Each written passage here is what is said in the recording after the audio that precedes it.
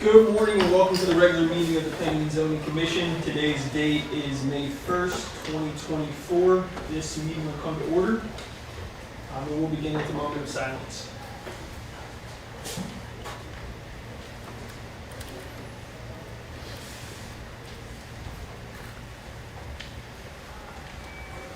Will everybody please stand for the Pledge of Allegiance? I pledge allegiance To the flag of the United States of America and to the republic for which it stands, one nation, under God, indivisible, with liberty and justice for all.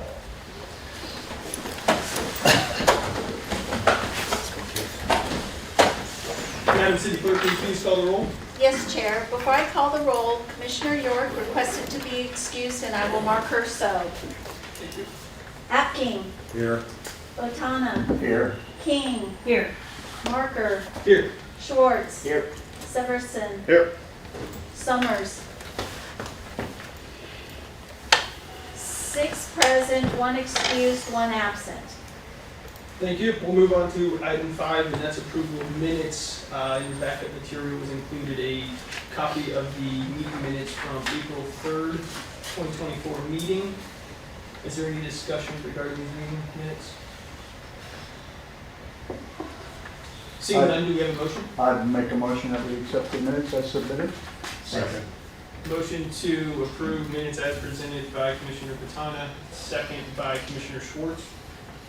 Madam City Clerk, will you please call the roll? Yes, Chair. Apking. Aye. Botana. Aye. King. Aye. Marker. Aye. Schwartz. Aye. Severson. Aye.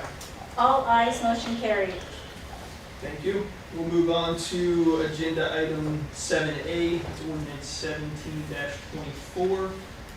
Does the applicant have a presentation?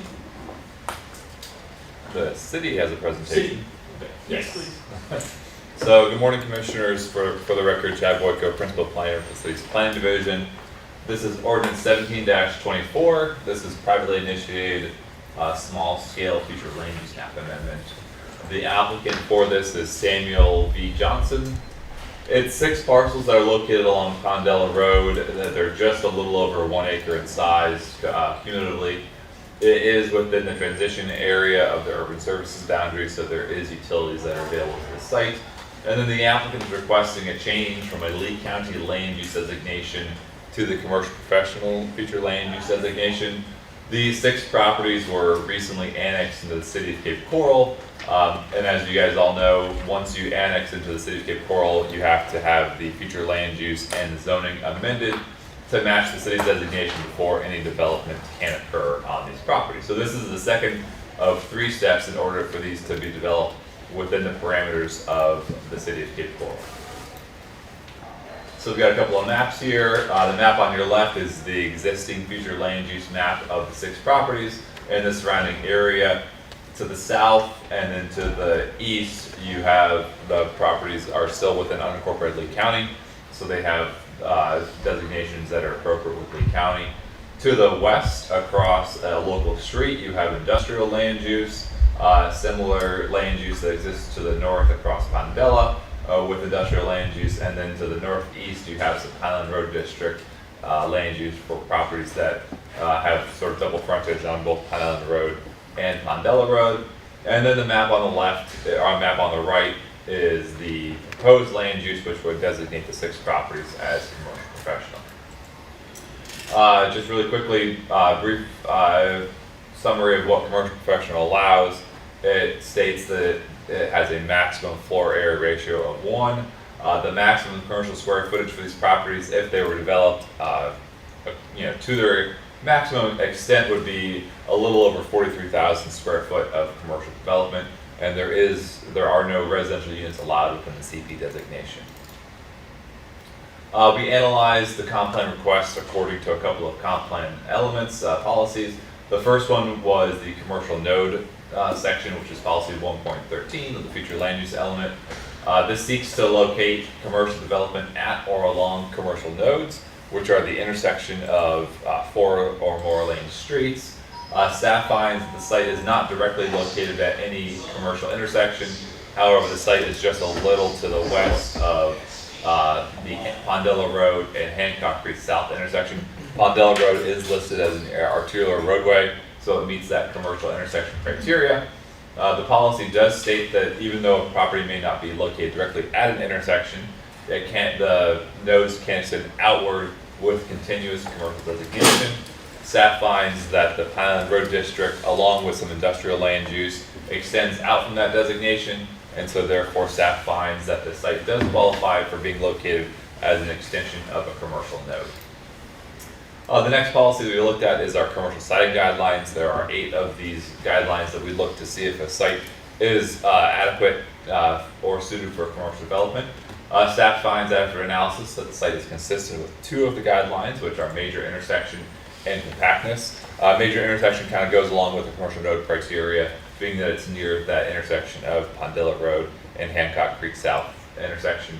And then compactness, these are pretty standard rectangular lots. Staff finds that the site is not consistent with 2 of the guidelines, which is intrusion and integration. And staff finds that the site is partially consistent with 4 guidelines, which is ownership pattern. All 6 lots are owned by the same owner. Assembly kind of goes along with, you've got a couple of properties that all have one owner. It's a small scale assemblage, adequate depth, and then access. This policy does not require a proposed amendment to meet or not meet any sort of threshold of guidelines for approval. It's really more of a recommendation tool and a policy guideline to help staff and city council determine if the site is adequate for commercial development. So through our analysis of the Cape Road Comprehensive Plan and the future land use element, the Plan Division staff recommends approval of the request to amend the site to the CP future land use designation. I'm here for any further questions. Thank you, Mr. Warco. Madam City Clerk, how are we going to handle the citizens' input? Am I just going to open it up in here? Yes, sir. Okay. We'll go ahead. This is a public hearing, so we'll open up to citizens' input. If there's any members of the audience wishing to speak, please identify yourself. Diego Villatoro, this is my mother, Consuelo Villatoro. We live on It's okay. Pine Lake Drive. I received this letter también. Esta pregunta, si tiene alguna pregunta sobre No, pero quiero saber cómo tiene que ser. So basically your plans is permission so that you guys can make a commercial construction in that area? It's where the woods are, right? I assume so? So Yes. if you want to make comment during public comment, you can make your comments and then we'll discuss as a commission, and then we can also include the city and the city attorney to help answer any questions that you may have. Or Is that basically the comment? that was just a question. Yeah. Okay. So we'll turn it back to the commission at this point. Yes. Hi, my name is Linda Miller. I'm Vice President of Avalon Engineering, and I'm representing the property owner on this future land use map amendment. As Chad mentioned, he did a wonderful presentation this morning. I don't want to go over every factor that he put in his presentation, but these parcels were annexed into the city, and they have an intensive development future land use in Lee County. So we looked at this and said, what is the best land use for adjacent neighborhood? We don't want industrial uses next to the neighborhood. And Pine Island Road land use is really, this property doesn't have a connection to Pine Island Road. We're separated by Pondella. So we looked at the commercial professional land use. The commercial professional land use has the same buffer requirement as the commercial corridor does, or the Pine Island Road land use, to separate and buffer from the neighbors, which is 20 feet without a wall or 10 feet with a wall and a buffer hedge and plantings. So we looked at it for that way, and we analyzed that according to the 5 standards that are required in the city's land use and development code, along with the comprehensive plan. So I stand by to answer any questions you may have. Thank you for the comments. Are there any other members of the audience wishing to speak? Seeing none, we'll close citizens' input. I'll turn it over to the commission for comments, and then also if we could possibly involve the city regarding the question that we received from the audience, which is whether this property was going to be slated for commercial development, I believe was the question. That would be- Okay, so the land use is for commercial professional designation. We mentioned earlier that it's not a residential land use classification. It would allow for one of two zoning districts to be approved with this, which is either the commercial district or the office district. You could do a PUD as well for this, and it would qualify for that since it does meet the minimum 1 acre size. The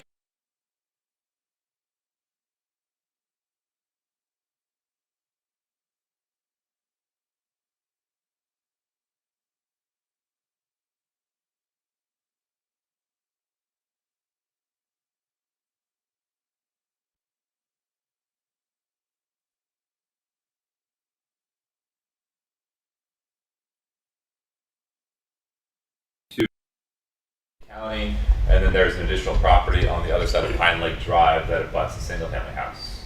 Actually, it abuts 2 single-family homes. But the new designation moving this property onto the Cape, there's no ability to build residential homes on this new property. It can Not only with be used not for with commercial. not with the proposed designation that's been asked for. But the existing designation, you could build houses there? Not currently, because the property has been annexed in the city of Cape Coral, so you can't have it has a Lee County land use currently. Right. You cannot have a Lee County land use and be in this Cape Coral and develop in that fashion. Moving it now that it's been moved to Cape Coral, could it be designated for residential? If the applicant so requested, which they have not. Do we have any idea what their intention is for the property? They have not indicated to us. It's not a requirement that we ask them. They applied for the commercial professional land use, and we review it according to what they ask. I was just wondering what the citizens' concern, what is their main concern, that they'll be taking, it looks like trees and growth away, or that they're too close to their house or residence? From my understanding, the question was whether it was gonna be a commercial development versus a residential, more single-family homes or multifamily homes. And the answer would be that given the zoning change that the applicant, the landowner, has requested, it would be some sort of commercial development. So whether that be office space or some other commercial use, as opposed to a residential use. We'll open it back up, yeah. Yeah. Basically, you guys wouldn't know like the company that's going to do the construction. So if let's say they're doing the construction, they close off the roads, you guys wouldn't know that? Yeah, close off the road. And we wouldn't have that information. So this is very early on in the process. Right. So they have to go through this process, and then they'll start putting forward site plans and more detailed information regarding what's going to be there, how the construction will work. Okay. Thank you. And we apologize. This is an unconventional meeting. Typically, we're in council chambers and it's much more orderly, so we appreciate your understanding. Thank you. All right, I'll continue, open up to the commission. Are there any other comments by the commissioners? So all these names at the end are residents that will be affected, or that it's within a certain range?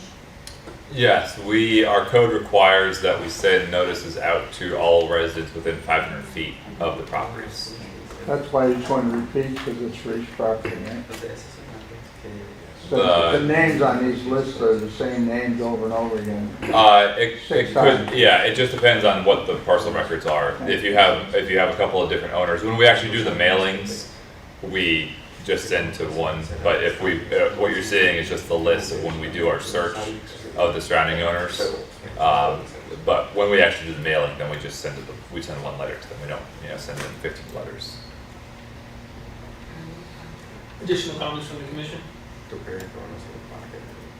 My only concern would be, and it's probably comes at another step, but is if they propose to try to close off that road, it makes it very inconvenient for the citizens that are living down that street in the center.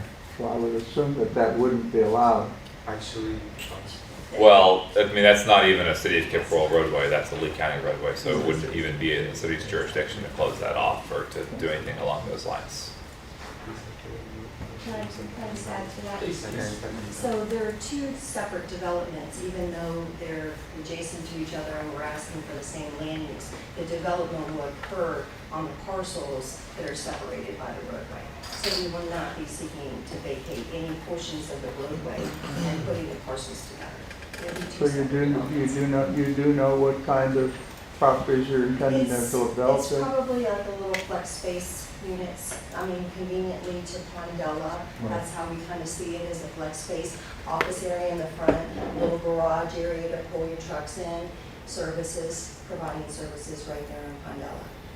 With nice buffering, with, you know, wall off areas for buffering. That's how we see that. And I think to ease the concerns of the citizens here, so if your concern was that they were going to close off that road, combine those two parcels together and then build something there, that would be a completely separate process. So they'd have to go through a vacation process, vacating the property from the city and taking over that. And that, of course, would be open to public hearing again, and you would have time to deliberate and let the city know your concerns regarding that process. Okay. Yeah. Commissioner, Yes.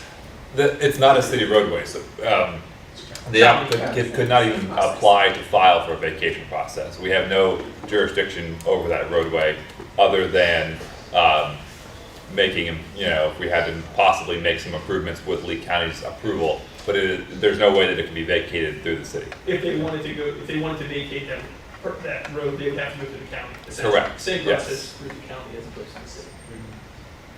Thank you. Commissioners, any comments? No further. Do we have any motions? Motion to approve. Second. Motion to approve by approve ordinance 17-24 made by Commissioner Atkin and a second by Commissioner Schwartz. Madam City Clerk, will you please call the roll? Yes, Chair. Apking. Aye. Botana. Aye. King. Aye. Marker. Aye. Schwartz. Aye. Severson. Aye. Summers. Aye.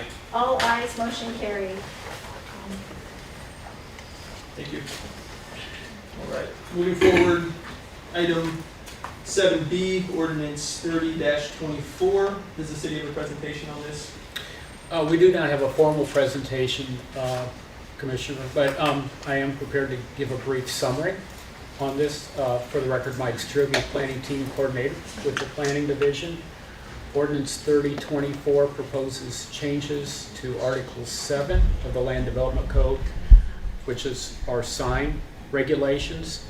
And in particular, this ordinance before you proposes new regulations regarding temporary signs. And one of the key features here is that it states that temporary signs are prohibited on property in the city unless the person placing the sign has written permission from the property owner or from the person managing the property, like a leasee.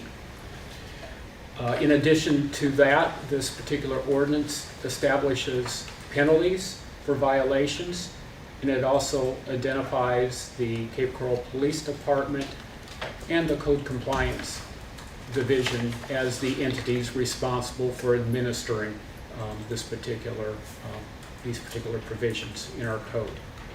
And I'll stand by in case you have questions. Thank you.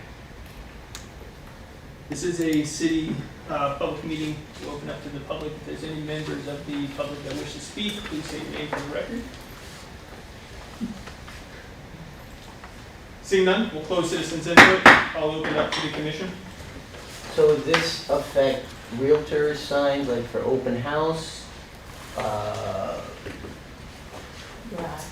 garage sale signs, political signs? Is that what we're talking about here with this, with the temporary sign thing? It would definitely affect political signs. I believe realtor signs. I'm looking at our assistant city attorney here and whether or not real estate signs. Like if you're having an open Classified as house and you temporary. stick 7 signs through the median down the block, is code enforcement gonna come by and cite these guys, or? This ordinance is prohibiting temporary signs in the right-of-way without written permission, and it's enforceable through the city's code process. Right. Do you mind, Chair? Yeah, please. Did you draft this? Were you part of it? I did not, Yeah. no. So this is, if I understand correctly, we had this discussion during the last election cycle, that's what brought it forth. And it was, I believe, Councilwoman Tate had brought it forth, and then she left, and so it kind of landed in my lap. The intent originally was motivated by the proliferation of political signs that had, you know, went all in the medians and everything else, and we didn't have, or we had found that there wasn't a enforceable component that the city had that would allow us to go in right away and remove them. Right. And so the idea, the genesis of this was that we would allow and be afforded the opportunity to do that. Now, at the time when we had public hearings, a gentleman, president, I believe, of the Gulf Coast or Palm Coast Realtors Association had came forward and said, hey, this becomes an issue with us because that signs are our business. Right. And so I had said, well, not to mention it would be resource intensive from the city clerk's perspective if, you know, we made it an affirmative action that was required prior to the placement of signs that you had to check in. So at that point in time, I said, well, why don't we just make it upon request that we could do that, so that if there was a problematic sign that we thought might have been placed without the permission of the property owner, that we are, via ordinance, granted the ability to request written approval, and if they don't have it, then that becomes an enforceable action. I don't know whether that is actually how it materialized and was drafted, but it was supposed to be that sure, it's a violation, but it's only actionable if we decide to say, hey, you need to provide us confirmation that you actually have a written approval from the property owner to place it there, and if you don't, then it becomes a Well, fine. I don't see that as a problem if it's the realtor signing your yard and you're trying to sell a house for them. They've obviously given you permission to put it there. You may have to have a little written letter or something, but the signs for the open houses down the street on public property, and I live on a Placo Grande, so there's a median, and there's always signs for open houses and so forth stuck in that median so that you know which way to go to get to the side streets. And I think this would be problematic unless the city. Could we exclude that? Could we exclude temporary real estate signs? There are some challenges in terms of regulating signs based on content. And that's why you see this category of signs identified as temporary signs and not political signs, or real estate signs because of a Supreme Court case that was ruled on in 2015 that largely placed restrictions on how local governments can regulate signs based on their content. When I get putting your personal sign on private property that you don't have permission for shouldn't be allowed. I get that, but I look at it, if it's actually going to affect somebody's income and somebody's way of earning money, which this seems to do, then it's a problem. Because real estate is a very big industry in this city, and if we take away their means to guide people to their sites, But does they that wouldn't- negatively affect you? Yeah. But you could get permission from the city, correct? From the owner, from Well, Okay, what if it's a The city's median property? in the middle of the street, the owner is the city, I assume. those signs would be prohibited in the right of way. We don't want those signs in the right of way. Currently prohibited as well. Yeah. Correct. That's already an ordinance. And it must not be enforceable because you see them. Well, that's what I was trying to get at. It's not enforceable. So I think the overall theme here is that the ordinance seemed overly broad, because it is going to encompass these temporary real estate signs, garage sale signs, construction signs. So this is going to create, and then an enforceability. I mean, as far as these code going to run around and constantly pick up these signs, and then go through the fine process, it seems concerning. And then as far as the selective enforcement, where the city would not have the affirmative requirement to go out and remove all of these, but could select the ones that they want to go out and remove, sounds concerning as well, because if somebody, if you want to go to the They're gonna be political realm, if discriminatory. only this political candidate signs are being removed, it seems to open the door for issue.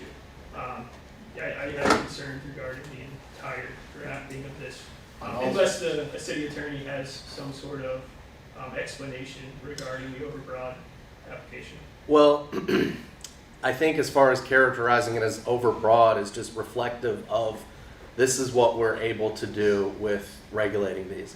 Time, place, and manner. Content, no way. Mm-hmm. So we buy ugly houses placed in every median. Mm-hmm.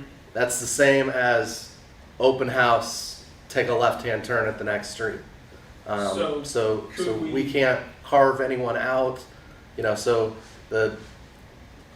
calling it over broad, it has to be broad. It cannot be narrow. Can we put a time limit on the signs?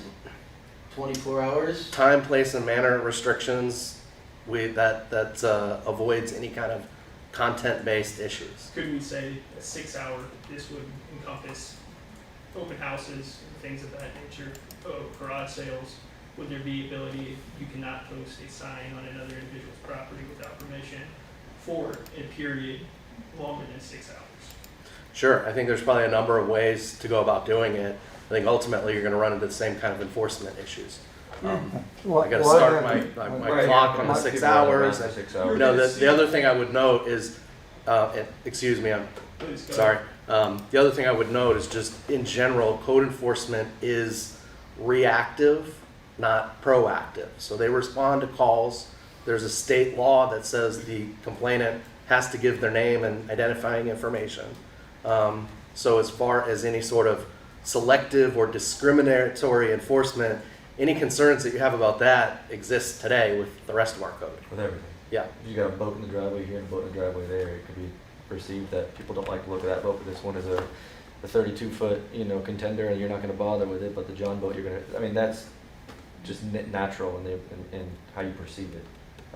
I understand your point. This candidate signs are good, but this guy's on. But that. I think that You could stretch that to any part of any code in the entire city. Yeah, I mean, that just goes to whether or not there's a, above board code enforcement department.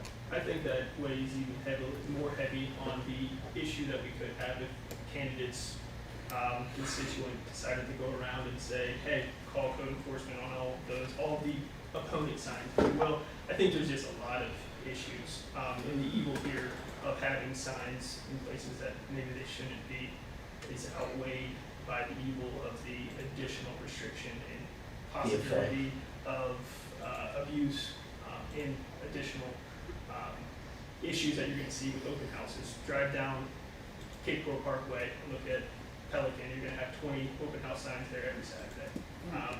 It's going to cause serious issues. So those are my comments. I think the main problem is what this all goes back to is the political signs are the problem. The clutter, and this always comes up every 2 years, and it's always worse, of course, in the presidential election when you shoot even more intent with everything else that's going on. The question is, how do you keep it clean, because it's a mess, and you look at some of these lots that may have 30 or 40 freaking signs on them. But I think if you go back to where the private property is, that's where all the problems come up over the years, where these signs have come up and come in. How do you regulate? Difficult. What do you say to the person that has these 20 or 30 signs on there? Do you really want these on there?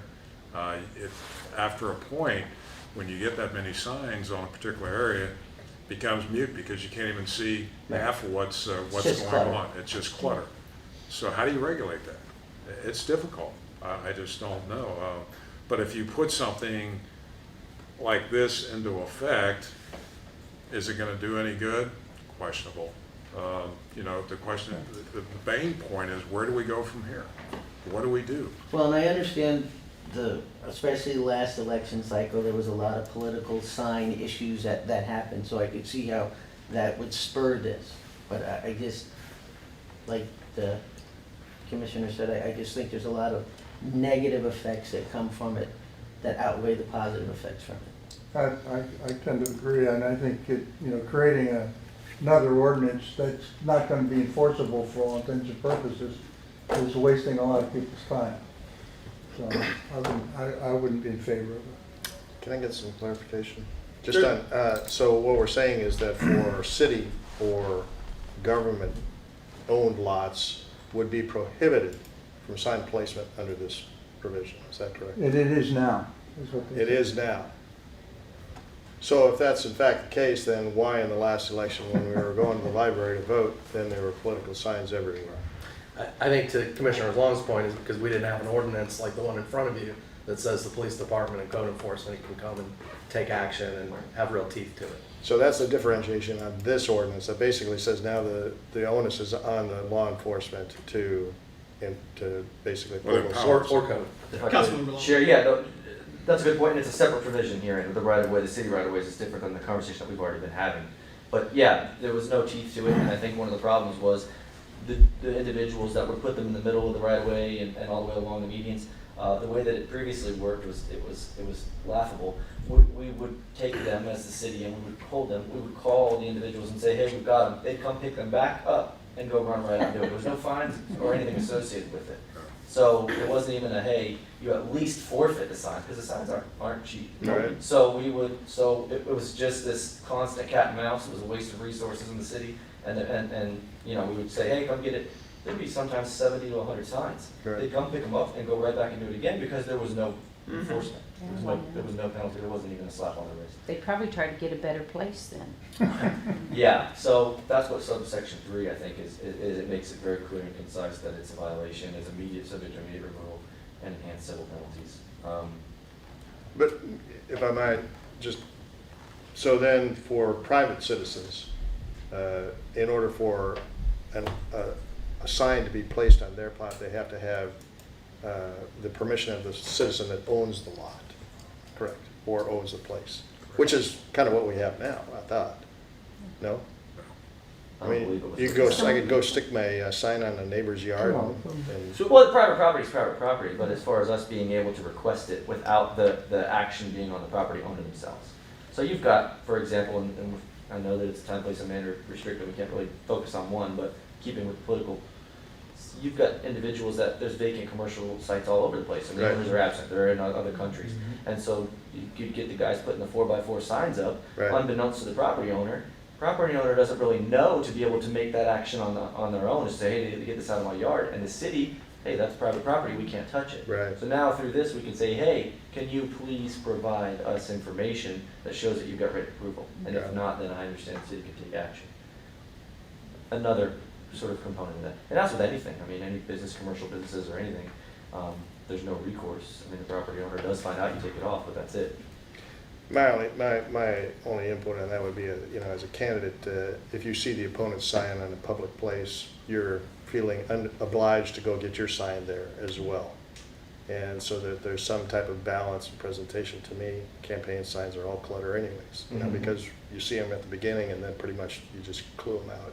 So it becomes, for the campaigns, a huge time sink. And so I don't see that. The only thing I do see that if we were trying to restrict this from personal property would become a freedom of speech issue.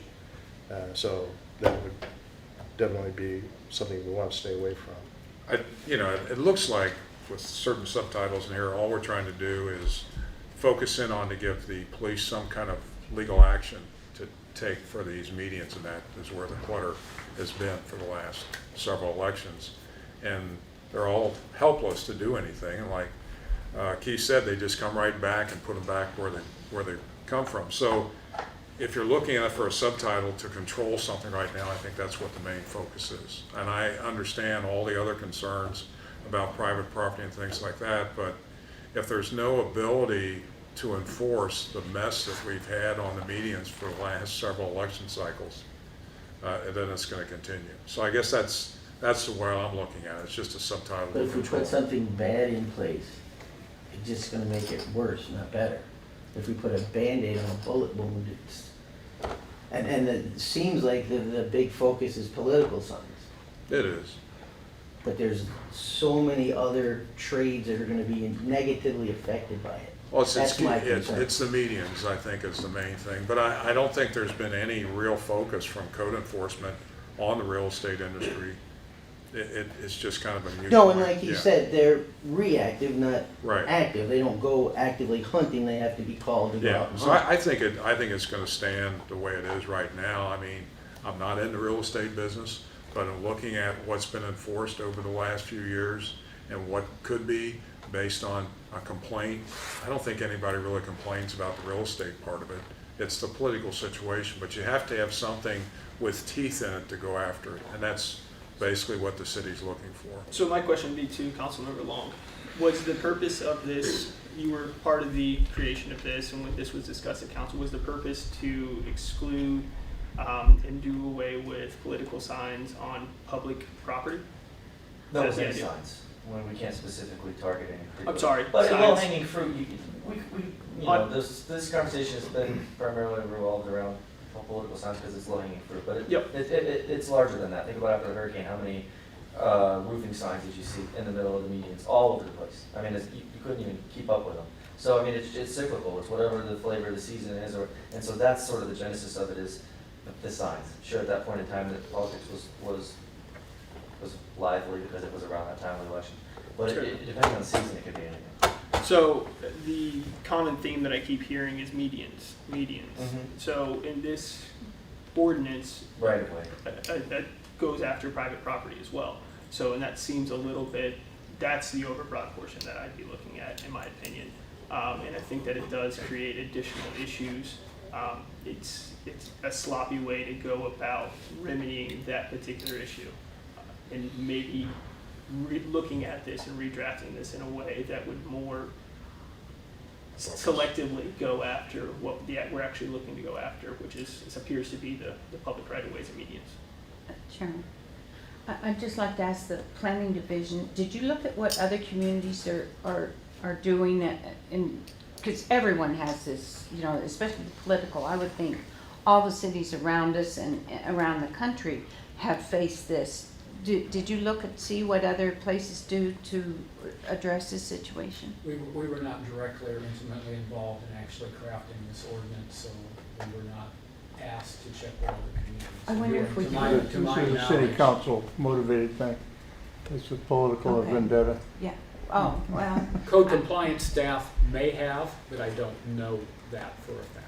it just seems that since this problem is not, you know, just for Cape Coral, it's for everywhere, that someone else has looked at this problem and come up with something. Well, I do know that the city of Punta Gorda has some very restrictive regulations on their signs, and especially when it comes to open house realtor type of signs, that's what their focus was on. I will note, you know, just I was not intimately involved with the drafting of this, but it doesn't seem to me that this is targeting political signs. This is if you have a sign that's promoting anything at all, and it's on someone else's property, then you have to have permission. That's the gist of it. So it's basically, and that's only where someone has contacted code enforcement with a report. Right. I mean, I guess an example in my mind would be where the realtor takes 50 open house signs and puts them in the right of way of 20th Avenue. Here's where the house is, right? They put 50 temporary signs up on the right of way. They don't have permission. They're not going to have permission of all those folks, probably. But that's what the inquiry would be in that type of a compliance investigation. So I think that the commission understands that. I think that's understood, but the practicality of how it operates, every Saturday, you're gonna see hundreds of them around the city of Cape Coral. There's not gonna be 50 of them leading to a house. There's gonna be 5 of them, and they're gonna be on the corners, and they're gonna point somebody in a direction towards a home. Whether it's 50 or 5 under this ordinance, it's still subject to removal by the city. And in my opinion, I don't think that's something that's beneficial in order to, beneficial enough to have as a side effect for remedying the issue of having signs in the medians. Well, I mean, you guys, just to kind of play devil's advocate, you guys are kind of tailoring towards defending the rights of the real estate community. I guess, Business to owners advertise. in general. Well, where do we stop then in that, if you go that same direction again? I mean, are we gonna allow people to have signs every 30 feet on Pine Island Road saying there's a barber shop up here for people that need to know where to get a haircut? I mean, where do you draw the line to say, well, it's okay for these guys to show us, you know, 3 different streets about how to get to an open house? What provides them that particular special privilege among any other businesses? A lot of business owners would love the opportunity to say, hey, come this way, to come, you know, send your kids to Happy's to play on a bounce house because it's on a back street and not on Pine Island Road. Where do we draw those parallels to say it's okay for the real estate community to do that? Which is why we're not in favor of this, but any other businesses, we couldn't say no. I mean, we would have to say yes. So then again, we would be compounding the issue to go that far in the other direction and opening up the gates to say, hey, come this way if you want a hot dog or whatever. I think that, and again, that's an extreme, but just to kind of flush it out. what this ties into is the discussion that we were having earlier regarding the time. So things that are temporary. So there's going to be some sort of event at J.C. Park, signs going to pointing down to J.C. Park from Del Prado, the temporary nature. If you have a restaurant, you're always there. So you're always going to have those signs out, and having those signs out for extended periods of time continuously would be the issue. I think it's the temporary nature, and that was the time component that I think that I was touching on to see if there was a way that we could utilize the time restriction to make it where it has less of a negative impact on the signs that I don't think too many people are concerned with. And I think it all ties back to the temporary nature of And would it signs. also affect the city, because the city posts temporary signs all the time? Or would the city give themselves permission to post the signs, but not give regular citizens or businesses the permission to post the signs? I mean, constantly events are hanging banners over the overpass, so when you drive under Del Prado, there's the banners hanging and whatnot. Is that for the Are city they, attorney? are they affected as well? Anybody in that section that wants to answer is fine. Yeah, I mean, I defer to Mike on this one, but, I mean, it's tough to deal with certain hypotheticals. I mean, I agree. But there are certainly, the city does special events that are permitted special events. Certain rights and privileges are associated with those authorizations, including signage. That's outside the scope of what we're talking about So today. then, in this case, would then we have to make an avenue for professionals that want to post temporary signs to go to the city, get permission, and create more bureaucracy that way? And I'm not trying to be a jerk, I'm just trying to get to the Oh, no, bottom. I don't Yeah. take it that way at all. Thank you. No. I mean, I think this is, to me, my understanding is this is an enforcement tool, right? So that if there is an issue, something can be done about it. I'm certainly hearing and understanding your concerns. I mean, everything sounds reasonable to me, one way or the other. It's legal. You guys are the recommenders and decision makers over here. As far as trying to come up with some language that would preserve the rights of a realtor to put up open house signs from 8 a.m. to 5 p.m. on the weekends or something, or whatever, then there's your time restriction that might carve something out where, it wouldn't be limited to open house signs, but it would be anybody who wants to put a temporary sign out, you gotta pick them up by 5 o'clock or whatever. But the con of that is then we have to have enforcement to control for signs to see if they've been picked up, and that also seems problematic. Especially because the way that this is written, it is to accommodate signs of a temporary nature that are more of a, Nuisance. Can we instead a just ban monthly or politicians? month to month. I mean, there's definitely other ways to run things, but I think our Republican democracy is doing pretty well for us. I think this is a very difficult subject, right? Communities across the country, not just us, have run into it. It's very difficult. How do you regulate these? If you look at the preamble to our sign code, it talks very much about aesthetics, safety. You want to make sure that you've got clear pedestrian access, visibility triangles at the intersections. So that's really the express stated purpose and intent of this sign code. So there has been some suggestion or determination that all of these signs that proliferate all over the place are a blight. Our sign code is a vehicle to regulate the aesthetics when it comes to these type of signs. So this is, again, I wasn't intimately involved in the drafting of it. I definitely, see some of the, maybe issues that you've identified where there may be some effects on people where it's not intended. I don't know that it's really just solely intended. I mean, I drive past the "We Buy Ugly Houses" signs all the time. Those guys are not getting elected to public office. So I didn't really read this as geared toward political signs, but I do know that those have been an issue in the past in the city and in every city, really. Well, here's an example right now.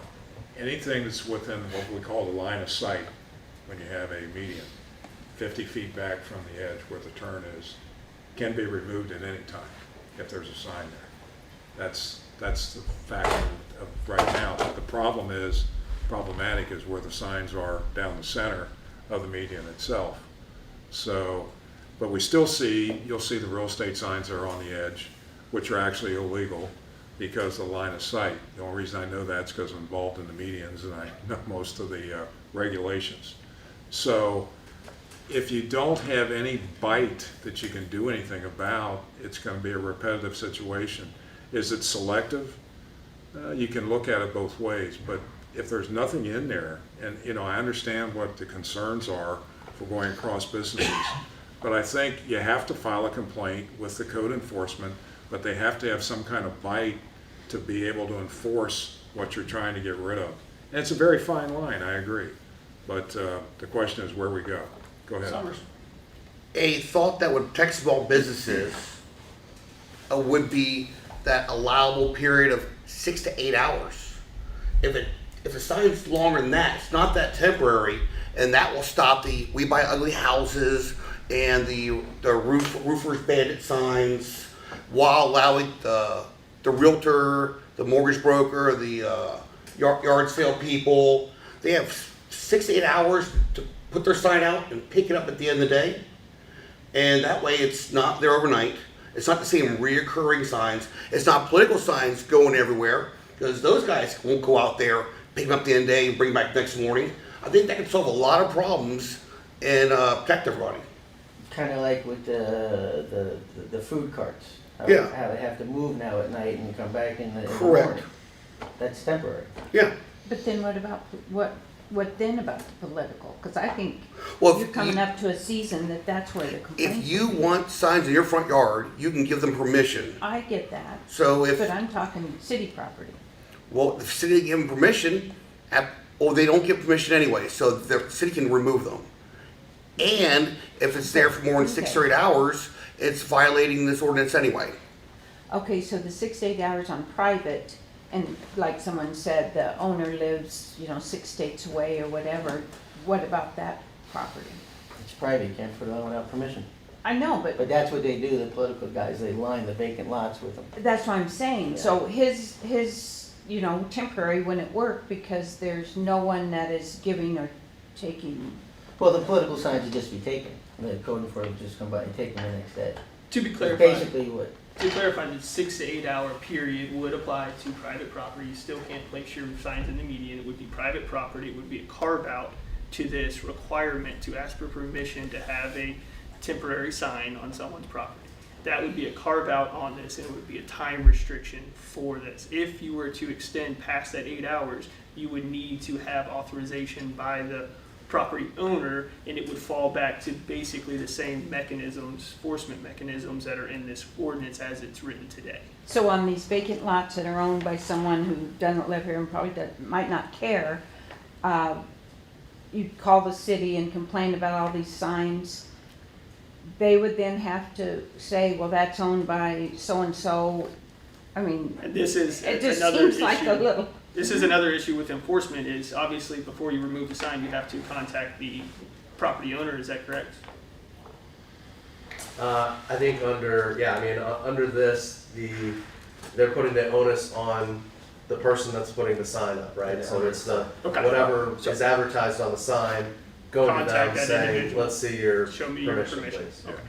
So that's how that would operate. I would just reemphasize that if we're gonna, if you're talking about certain hours, then that's, if I put a candidate sign in my personal front yard, that means I have to pick it up at 8 p.m. Because all signs are gonna have to follow those rules. That wouldn't be, so the time would allow for a carve out for other individuals to put signs on property as we currently do, call it the open house signs. If it was past that period of time, then it would be on the onus of whoever put that sign in the property to prove that they had the right given from the property owner to put that sign there. And if it's the property owner that put the sign there, then that would be a clear, easy, yes, I own the property and I put that sign there. Does that make sense? Yeah, so we've got temporary permanent signs and temporary signs. Yeah. It's- Well, does it become a free speech thing, like Commissioner Summers said, if it's in the yard and we're making them remove it? Is that a free speech thing violation as well? I mean, how messy does this get, the deeper we get into It's it? So, pretty I mean, the general bright line rule on this stuff is anything that we do has to be content neutral, and we can only regulate based on time, manner, and location. Right, so it's not specific to any one, it's general broad across. Correct. And there's classes taught in law school that are just all arcane Supreme Court cases that are all First Amendment signage. And you're right. Whenever you put something like this in a place, you're gonna have people that test it, and they're going to start calling and enforcing and taking things to the limit. That's my personal opinion. That's what I've seen in the past. I think it's fair. I think we've had a fair amount of discussion regarding this, and I think that the city has at least been made aware of a lot of the concerns if they weren't already aware. At this time, I'd ask for a motion regarding this ordinance 30-24. I'll motion to decline. Second. Motion to decline transmission of ordinance 30-24 made by Commissioner Schwartz, a second by Commissioner Sommers. Madam City Clerk, will you please call the roll? Excuse me, I have a Yep. question. Yep. It's a negative motion, so if you want to pass it, vote no? You would vote in favor of non-transmittal of this to council, is essentially. I vote No, against but it. You want to vote for it, then you would, yes, then we would open it back up. If this motion fails, we'll open up a new motion. Okay, She's I not how to thought, vote. So if the motion is to deny, then an affirmative vote would be to deny. okay, I So thought if you you were in couldn't support of even it, you make would say a, no, and then a new motion would uh, be created. in Robert's Rules of Order, if that matters, you can't even make a negative. You would say, I want to pass this, and then everybody vote no. But anyway. So it's Just essentially, saying, and this so, is so complicated. And I think I agree with you. I think it's probably just more semantics than anything else. But the role of this board is to make a recommendation to the Board of County Commissioners. And it may have been stated a different way, but what I'm hearing is the recommendation is to deny this ordinance. So if you're in support of denying the ordinance, then you would vote in favor of the motion. Approve or deny. Yes, sir. so we'll reread that for clarification. So there was a motion made by Commissioner Schwartz to deny this ordinance, second by Commissioner Sommers. Madam City Clerk, will you please call the roll? Apking, Nay. so you, okay. Spotana, Aye.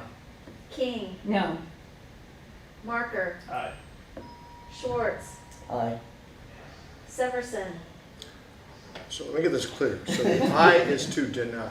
correct. Aye is to deny. Aye. Summers, Aye. 5 ayes, 2 nays, motion carried.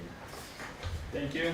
And I think as just additional commentary, which I'm sure the city is well aware of at this point, I think the sentiment of the commission was not to say that this is not something that we would be opposed to in the future, simply that maybe attempting to carve it out in a more narrow If it's way, possible. if possible, while still abiding by the First Amendment constitutional rights. or we're just kicking this can down the road. Someone again bring up The this. council may pass it anyway. Okay. I know they will. Moving on to the next agenda item, item 7C. This is ordinance 32-24, and I believe the city has a presentation. Yes, Commissioner Marker, again for the record, Mike Struby, planning team coordinator and division. This particular ordinance proposes rules that would govern the screening and placement of permanent generators in the front yard of single-family residences. So the purpose is to develop regulations not for allowing permanent generators. That's already been decided, and I'm going to go give you some background on how that determination came about. This would be to better protect the integrity of single-family neighborhoods by imposing what we think are some reasonable rules regarding the placement and screening should someone choose to put a generator in the front yard.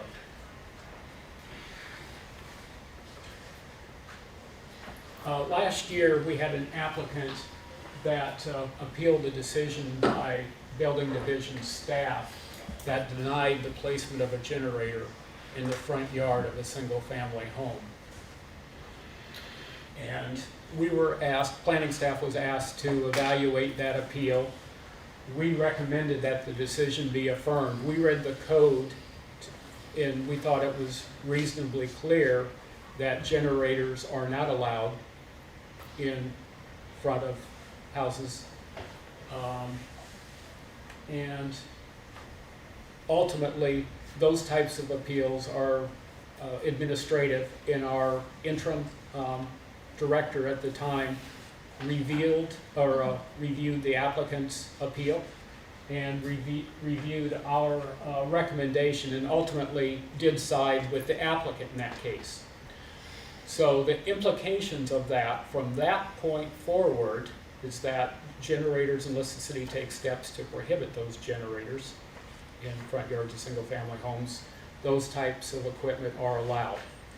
And furthermore, since we didn't have any screening or location requirements for those generators, staff did not want those types of equipment to be located on single-family homes without some protective measures in place. And that's why we're discussing this issue with you here today, to recommend some regulations that would provide some screening and make sure that those generators are located away from the street right away. So some of the key provisions here, generators in the front yard or in front of generators in the front yard or in front of a single-family house must be screened under these provisions from the street and from an abutting residential property by an enclosure. And we have regulations here that specify what that enclosure is to be made of, height, and so on. So those regulations would include a maximum height of 6 feet unless additional height was required to adequately screen the generator. Secondly, the enclosure is to be composed of materials consistent with the single-family home or the building. Third, the enclosure is to be painted to match the color of the building, so we want these enclosures, to the extent that they are permitted, to blend in with the surrounding single-family home on the site in which they're located. Fourth, the enclosure must comply with minimum setbacks for the zoning district.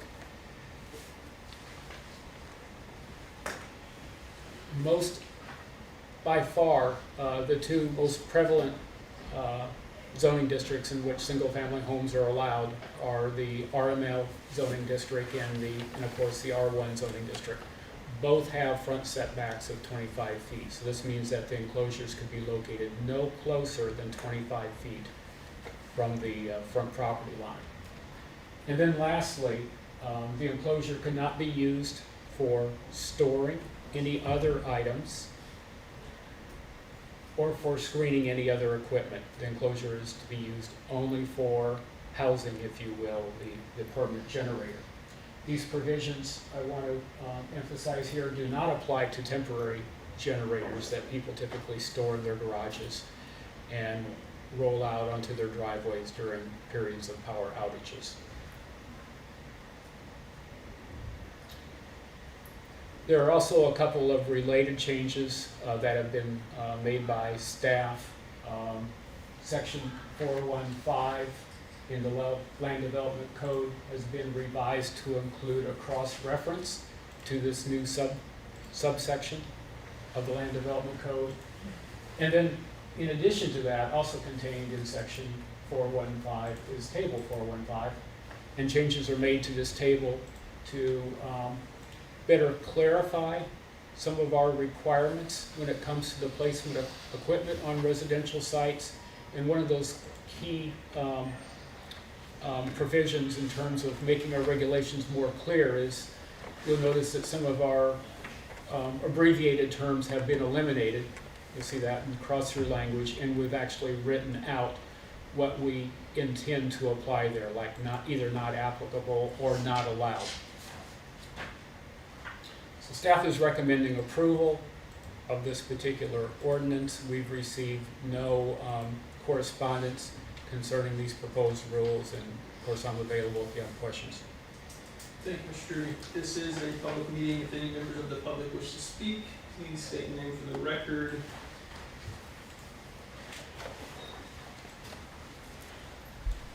Seeing none, I'll close citizens' input. I'll turn it over to the commission. Do we have any comments by the commissioner? Commissioner Severson? A couple questions. Number one, on the appeals process, what was the marked deviation that was approved? So there was a current ordinance that said you can't put them in the front yard. And so on the appeal, the adjunct judge or whoever did the administrative action basically said, well, that's not really what the ordinance says.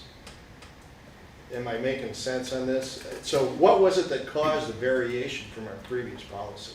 I think there was in the applicant, in the appellant's case, there was some doubt as to what our table actually required, or in this case, allowed. So if you look at the table on page 2, I believe,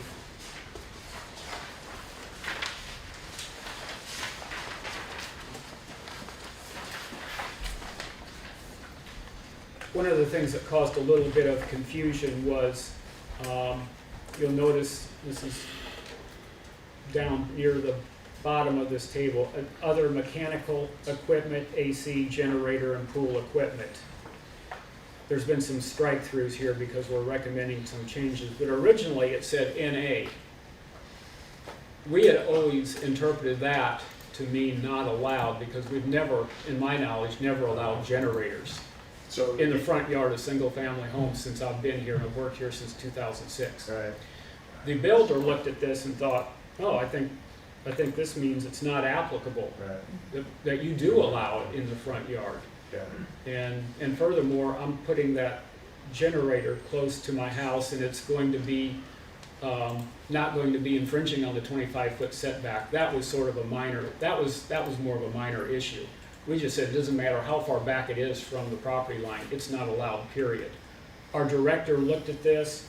I don't want to try to attempt to get inside his head as to what he thought in terms of allowing the generator in the front yard, but I can only imagine that he thought that there was enough, perhaps, ambiguity here that he ruled in favor of the appellant.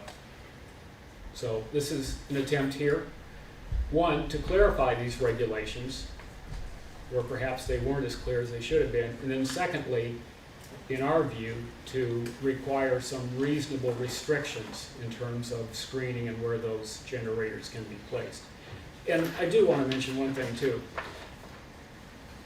This is not a request, even when we explained to people that previously that generators were not allowed in the front yard of single-family homes, that we were bombarded with. Yeah, This happens very rarely.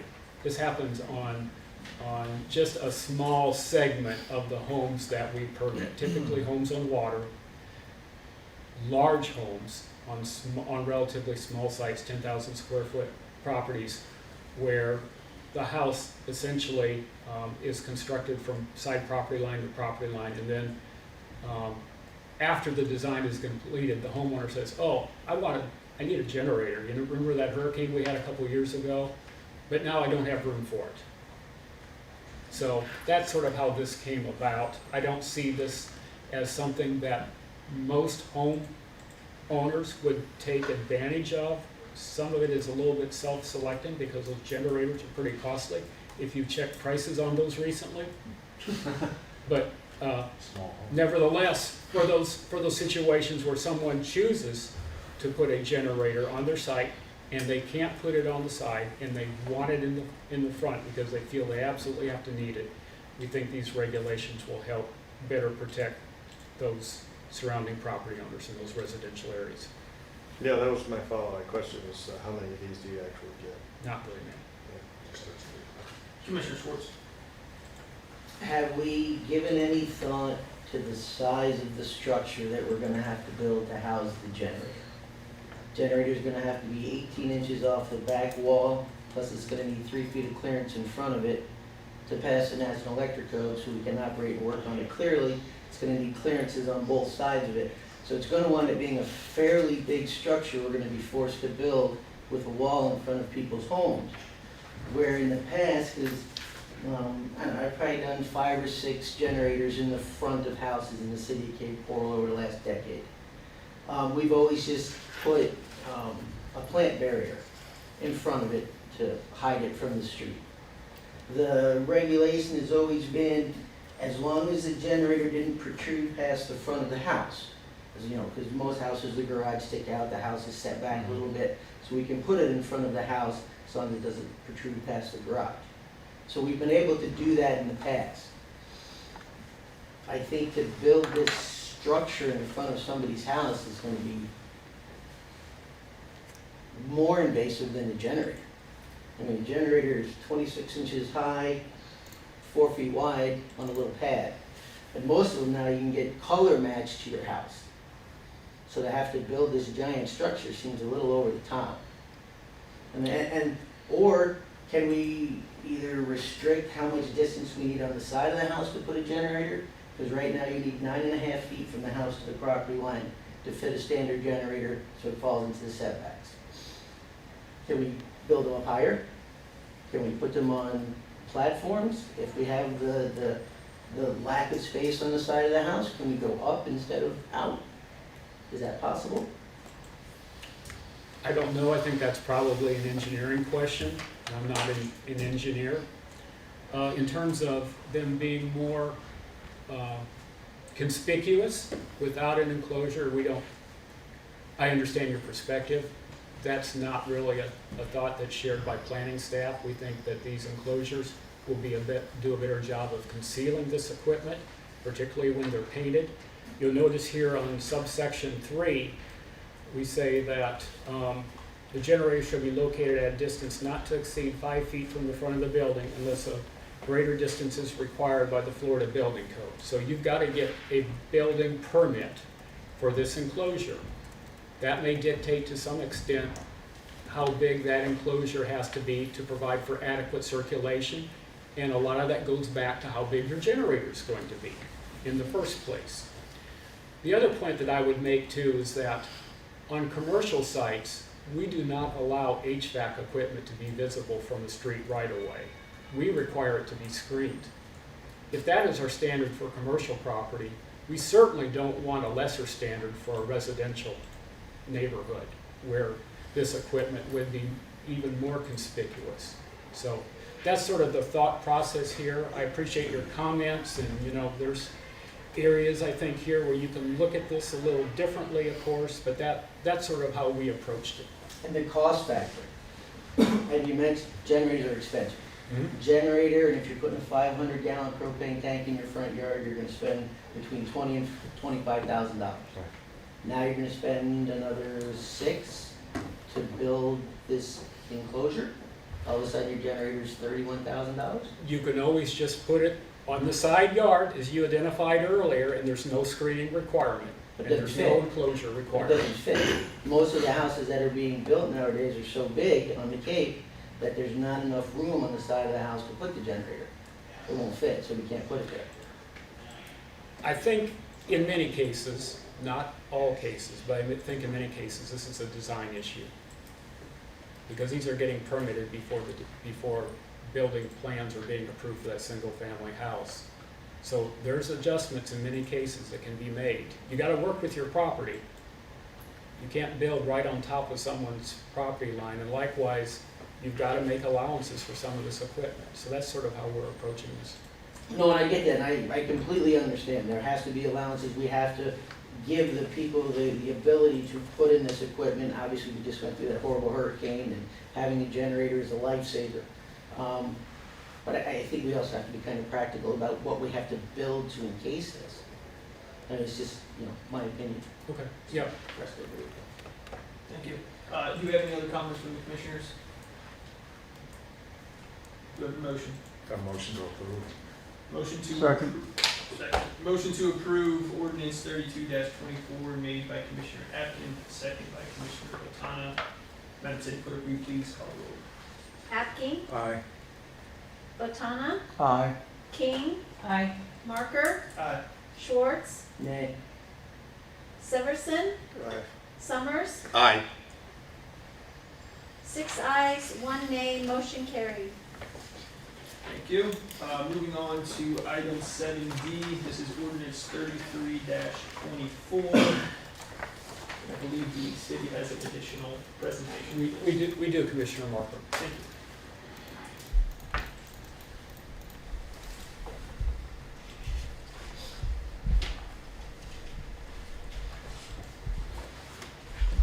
Okay. This is another proposed change to our land development code that our city manager asked us to bring forward. And this involves single-family homes and duplexes that become legal nonconformities because of comprehensive plan amendments generally initiated by the city and not the property owner, that result in a single-family home and site becoming non-conforming. So a lot of this is the result of the city's need and desire to increase our mixed use and commercial land base. And so we're always looking for opportunities to do that, particularly at key intersections. And so many times we'll go in and we'll recommend changing the land use generally from a residential land use to a commercial or mixed use land use for several blocks. And as much as we try to avoid sites that are already developed with single family homes, invariably there's some that are caught up in the land use change. And so then those single-family homes and duplexes become non-conforming, and that can be problematic.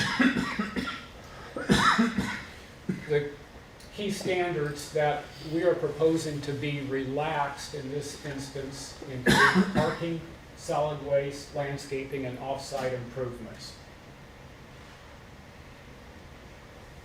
So this would be for those sites that have single-family homes and duplexes. The owner then decides perhaps that he wants to redevelop the site to be consistent with the existing zoning and future land use classification.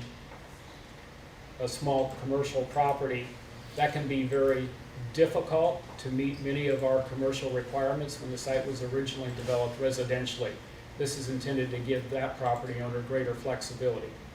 So in terms of who would benefit from this, all owners with property with a single-family home or duplex, that becomes a nonconformity, again resulting from a comp plan amendment, which the owner did not initiate. That's a key. There are also a couple of categories here that specify who is not eligible for this relief, and that would be owners that acquired the site after the adoption of a comprehensive plan amendment are not eligible for relief under this provision. So the comp plan amendment is made when Mr. Smith owns the property. He then sells to Mr. Jones. Mr. Smith would be eligible for flexibility under this provision, but subsequent owners like Mr. Jones would not.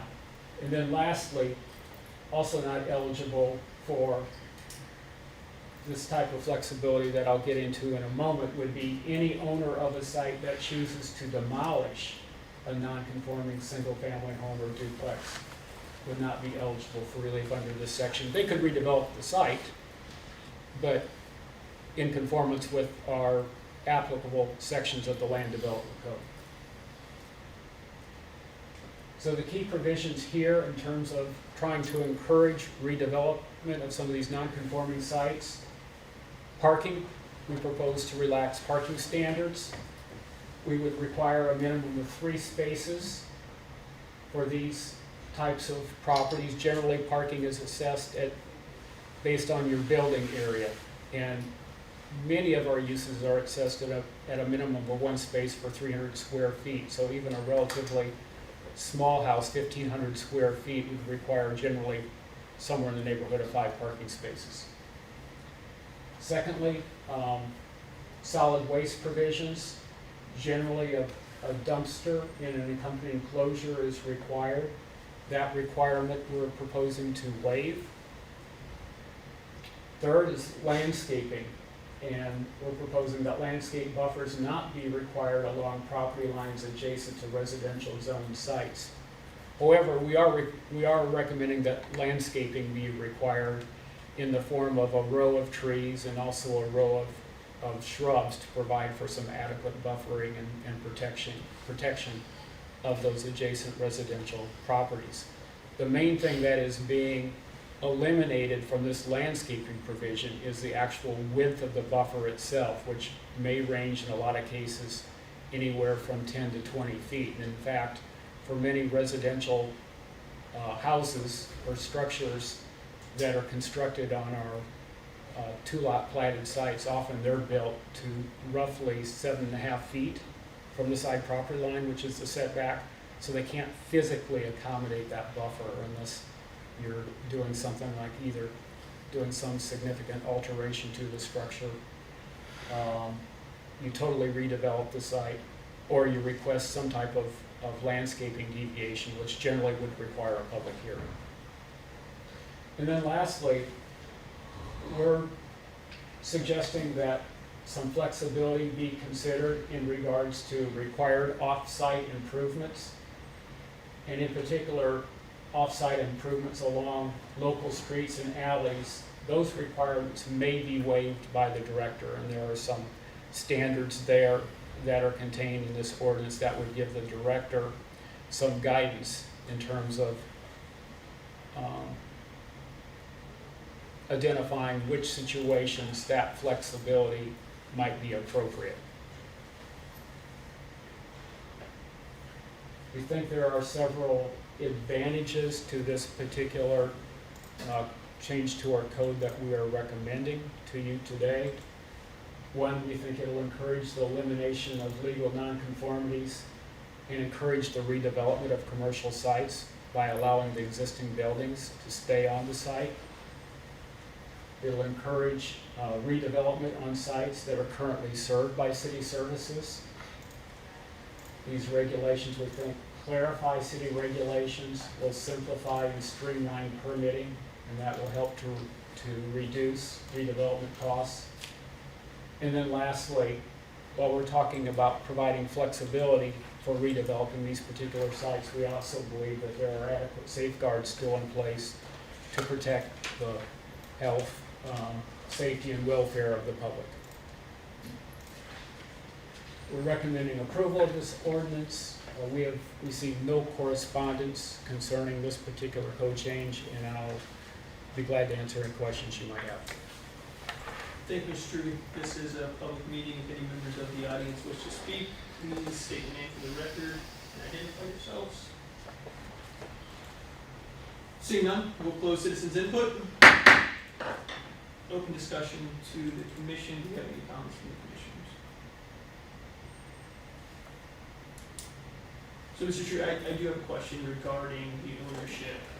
So these benefits are only available to owners who currently own the property. If they sold the property at any time, that subsequent owner would not be entitled to any of these benefits. If they sold the property after the future land use amendment had been adopted, Okay. the future owners would not be eligible to enjoy these benefits or this flexibility. Okay. And it appears to me that this ordinance was put in place in order to alleviate, to an extent, a burden that the city had put on property owners. Is that a fair statement? I think I would characterize it a little bit differently, but Yes, I think you could think of it that way, yes. Okay. And I agree, we've seen this with, when we did the rewrite of the comprehensive plan, rewrite of the LDC. It created a lot of issues with these non-conforming and mismatched properties. Now those properties are worth less to be sold, they can't be financed. Traditionally, if they're going to be sold as a duplex, they can't be refinanced and money pulled out of them. It's created a lot of hardship on these owners. And I think that this ordinance, which is a step in the right direction to remedy those issues, would only really benefit a really small portion of property owners that have the ability, know-how, and desire to develop a property themselves, as opposed to being able to say, hey, I have a property, city placed a burden on me, this ordinance was created to alleviate that burden, and I can sell that property to a subsequent owner who actually is a developer, who can achieve those, or utilize those benefits that have been imparted on the property. So I think that it's to restrict it to the current owner. I'd just like to see the reasoning behind that, if the city has an explanation for that. We just think that after the owner sells or conveys the property to someone else, that particular person, as part of their due diligence, should be fully aware of what they're buying already if they're checking what the zoning and the land use is. I might add too that obviously not everyone is looking to redevelop their property commercially for people that have these single family homes, and then there's a land use change and then a subsequent zoning change. And for those people that continue to want to keep and use their house as a single family home as long as they're the owner when the land use change was made, we treat that single family home as a legal conforming residential property. So we allow people to expand in those cases. If it's destroyed by a hurricane, since we consider it a conforming use, they can go ahead and rebuild too. So I just wanted to point that out too, because not everyone's going to be looking to redevelop these sites commercially. But I wanted you to be aware of what protections were in place for those people that want to continue to use those as single family homes or duplexes for that matter. And as a city, we had this issue come up the last couple of years, multiple times. And most of the time, it's the property owner looking to refinance a property or sell a property to an individual that's seeking financing. And the underwriters for the mortgage are denying mortgages because they have incompatible land use and zoning. Is that still an issue that we're seeing? We're just aware of it, I think, sort of like you are anecdotally. We do hear those stories too. We acknowledge there may be problems with financing or getting insurance. None of these proposed changes, to my knowledge, would really directly address that, unfortunately. Okay. It's something that's sort of beyond our ability to mitigate or to assist with. And to your knowledge, is there anything that would restrict this ordinance from being drafted in a way that would allow for one subsequent sale? So to allow the current property owner to have a subsequent sale to somebody who would be a developer and reap some of the benefits that are imparted by this ordinance? So yes, I think that would be a relatively code change. If that's something you would want to recommend, we could just make it this flexibility available to all future owners of the property and not just restrict it to the owner at the time the future land use change was made. Perfect. City Attorney, would you see any issues with that? Just overview of kind of heading in that direction. Do you see any issues regarding the legalities of that? I think it makes it more straightforward. Mm-hmm. Okay. All right. So Commissioner Summers. Yeah, it would make it much more, it'd make the properties more sensible if the next person would have those, that loosened restrictions, the properties would be more marketable, be less of a hardship on the current owner. So someone would buy that house or duplex, make it a commercial property, and then maybe, assemble other properties around there to make it more usable. I think that makes a lot more sense. Commissioner Stevenson?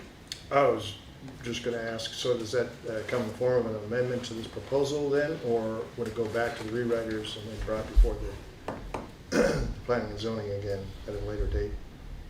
I believe it would be feel free to correct me if I'm wrong, it'd be, we would deny this and we'd make a recommendation to redraft it in a way that reflects the ongoing nature of the changes. I think, I'm hesitating to say something before voting does, but I think you could make a motion to approve this with that change. Right. And That'd then make we me could want to- redraft this between now and when this goes to council. That's, I think, what. Yeah, and I was gonna say it's really at the discretion of this board, Okay. which way to do it. Either way is viable. Okay. That's a good one. Yeah, from a timing perspective, that would be a lot better. I mean, even to the point of the first discussion, if you guys wanted to, could do it now, say, hey, we would approve it if, or Yeah, I was impose gonna say- conditions, because all we get is, if you say no, we just get, no, we don't get any benefit of this It's unless gonna bounce back. your liaison, who is usually Mr. Welsh, conveys, hey, by the way, just some context. If we don't have that, all we see is a line item on paper, yes or no. Right. So if you guys said yes if or no but, you know, we would like to see if council did move forward this language. That goes a long way Yeah. in helping us. And I would say that's probably the way to go. Is there any other discussion regarding the ordinance and the idea of transmitting it with a recommendation? Seeing none, would anybody like to make a motion? I'll make a motion that we approve with an amendment that we change to the restriction to the previous owner to all owners Okay. moving forward. And we'll go slower with this. So a motion to approve ordinance 33-24 with a recommendation to make the benefits of this ordinance carry forward in perpetuity with the property. Made by Commissioner Apkeem, and do I have a second? Second by Commissioner Botano. Madam City Clerk, will you call the roll? Apking, Aye. Botana, Aye. King, Aye. Marker, Aye. Schwartz, Aye. Severson, Aye. Summers. Aye. All ayes, motion carried. Thank you. Thank you, Commissioners. Yep, thank you. All right, we're gonna move on to item 7E, and that's ordinance 34-24. Yeah, 7E, right? That's just too fast. Okay. Do not believe we have a city, or do we have a presentation from the city on this? Yes. Fantastic. Go right ahead.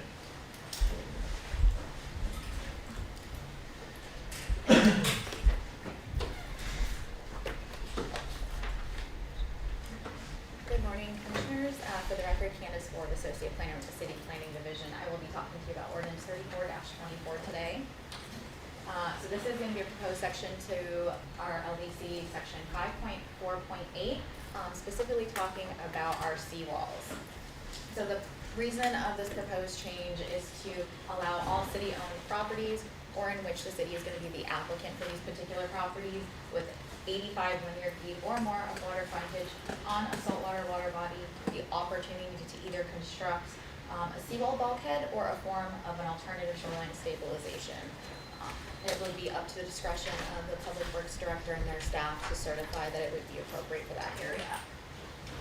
This would allow the city to have more suited or find solutions for best suited shorelines for those areas, and it would minimize the destruction of some of the natural ecosystems in those areas.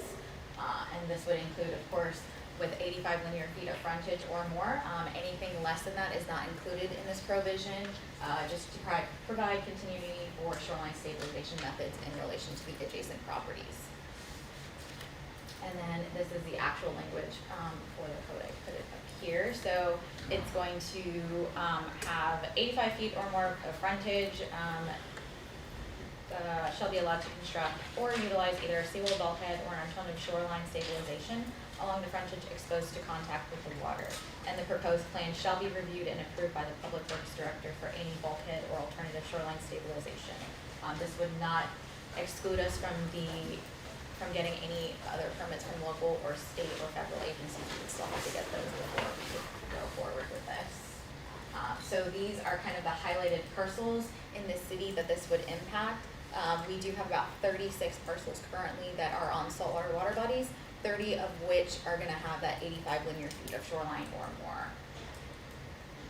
And then we do have some comprehensive plan that this would kind of pertain to, and it's going to talk more to the natural shoreline stabilization and kind of minimizing and restoring natural hydrology to the area.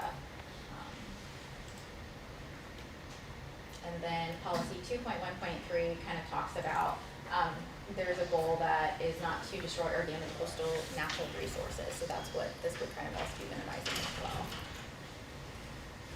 Planning staff is recommending approval of this, and we did not receive any correspondence. Thank you. This is a public meeting. If any members of the public wish to speak, please state your full name for the record. Seeing none, we'll close citizen input, open to the commission. Are there any comments from the commissioners? I'm a little slow, so I guess I'm not completely understanding your, are we proposing that we can either do seawalls or an alternate form, like the land going down? And Yes. we're proposing this for saltwater canals as well as Sure. freshwater canals? Yes, that is correct.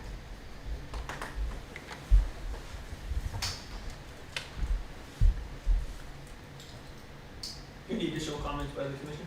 Do we have a motion? I motion to deny.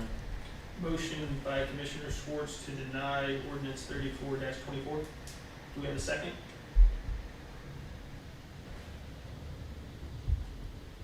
We do not have a second for a motion to deny, so the motion fails. Do we have another motion? I'd motion to approve.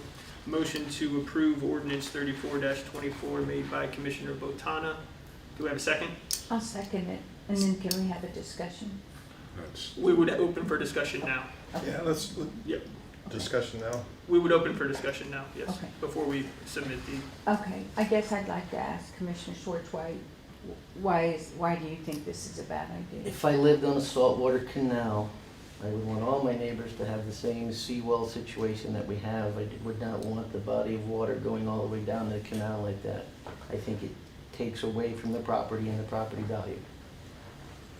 So this is going to impact city-owned properties with 85 linear feet or shoreline or more. Only city-owned properties? City-owned properties, or in which the city would be the applicant. So most single-family lots are going to be 80 by 120, so there's typically only 80 linear feet of shoreline, and ours is 85. So it's going to exclude most single-family areas from this. And further, you notice that this only applies to properties with 85 feet or width or greater. So any property that the city owns, that's like a 2-lot platted site that's less than 85 feet of width, we want that to be seawalled for that exact that's same the reason. So clarification there's I a was looking clean for. transition, even from that city-owned property that's relatively small to that neighboring residential property. Perfect, thank you. Told you guys a little slow. Commissioner Severson. So, as it was being presented, I got the impression that there is a incentive for the city to buy up waterfront property here. Is that not, okay, that must have just been my misunderstanding. I just didn't want us to get in a situation where we got, government taking over land that should be private. I Okay. think this is better, this is intended to provide the city with more flexibility in managing some of our larger properties with considerable shoreline. Okay. Still having to go through local and state and any federal requirements that might be in place regarding shoreline stabilization and protection. Thank you. Thank you. Any other discussion? We have a pending motion for approval right now made by Commissioner Botana. We do not have a second. Is there any additional? I second it. A second. We do have a second. Second by Commissioner King. Madam City Clerk, will you please call the roll? Happy, aye. Botana, Aye. King, Aye. Marker, Aye. Schwartz, Aye. Severson, Aye. Summers. Aye. All ayes, motion carried. Thank you. Moving on to agenda item 7F, ordinance 35-24. City have a presentation? We do not. This is actually a super easy